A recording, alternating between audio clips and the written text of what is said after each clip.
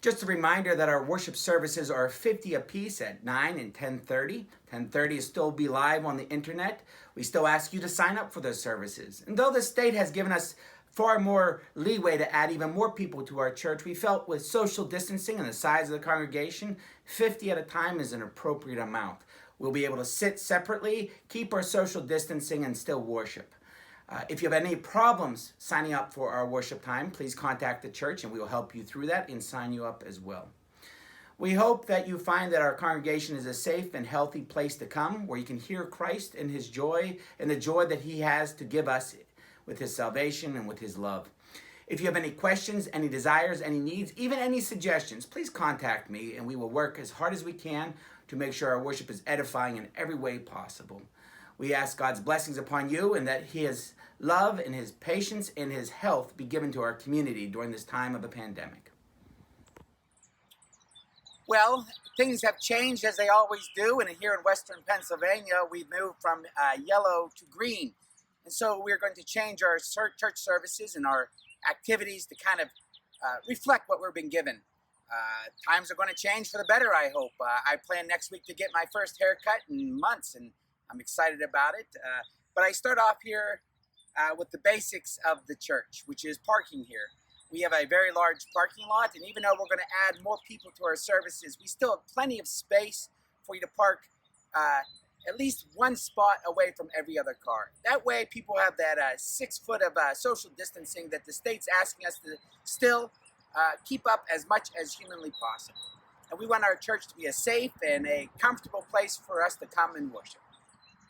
Our doors will still remain open so that the fresh air will come in and you won't need to touch any of our doors as you come into the church. And of course, our stations here for hand sanitizing will stay up and functioning as well.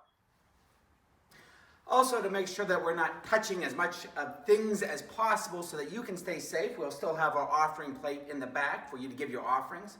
We also have a lot of people taking advantage of our online giving, and some are using the mail service as well. We thank you and appreciate the care and the fiscal concern you have for your congregation, and we want to make sure that we still provide you the opportunity to give your offerings to the Lord. Well, we are trying to use less bulletins, so we're touching less stuff. So you'll notice that we do have bulletins, but we ask that if you do not need one or do not use them because we have PowerPoint screens, that you would leave them alone so that people who really need them will have them available. Also, as you can see on the top, that we know most of you will continue to wear face masks. However, if you do not have a face mask, we do provide them for you.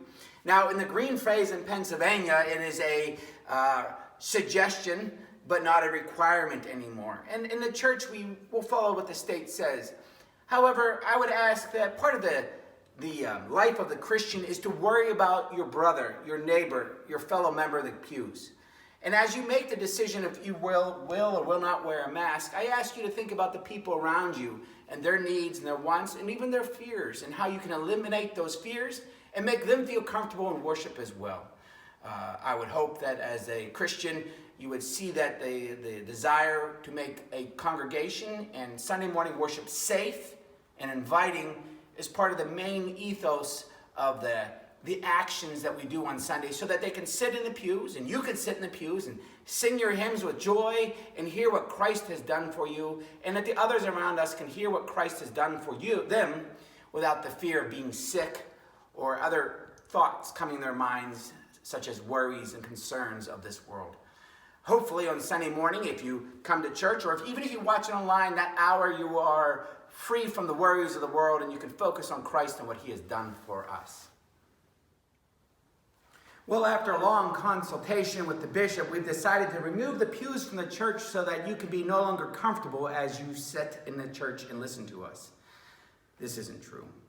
We will add the pews at a later date, or the pew cushions at a later date. However, for cleanliness purposes, we've removed them so that we can, between church services, spray down the whole pew area with water mixed with bleach at the levels that the CDC suggests for cleanliness. And you also notice that pews will have these crosses on it. These crosses mean these are the pews we like you to sit in. And we're hoping that we would fill each pew family unit by family unit so that if you see someone in a pew and there's another pew that is empty, please take that empty pew that has the cross on it. That way we can make sure everyone is safe and we can clean the pews appropriately.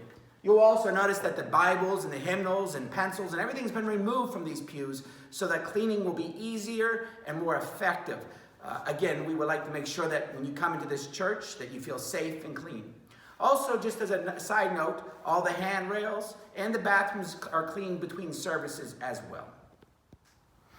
As far as communion goes, we're still going to have you come forward as one pew at a time, receive the sacrament up front here instead of at the rails. You'll receive the host, and then you will receive the wine, and then you will go over, and our cups are disposable. There's a trash can there to really make sure that we stay as safe and as clean as possible. And then as you're leaving, the next pew will be released so we can keep a social distance as well. Now, the pastors, when we preach and do the liturgy, we won't wear a face mask at that time. However, when we are giving out communion, we will put the face masks on because we are close to you. This way we can remain safe and healthy. And again, the ushers will usher you up. I know it's a little different than the way we do communion in the past. However, this way we can really make sure we stay safe and we're not shoulder to shoulder on people. Well, church is over. We've said our amens. We've sung our songs. We've had all that we needed to have and received the sacrament of our Lord. At the end of the church service, an usher or an elder will dismiss you pew by pew. We'd ask that you sit here. This way that we can keep the social distancing. And once you've been dismissed, when you leave, we ask that you say your hellos, but you keep moving so that the next pews can get out. And if you do want to visit with people, you can do that in our parking lot, no problem. We ask again that you keep your social distancing from each other.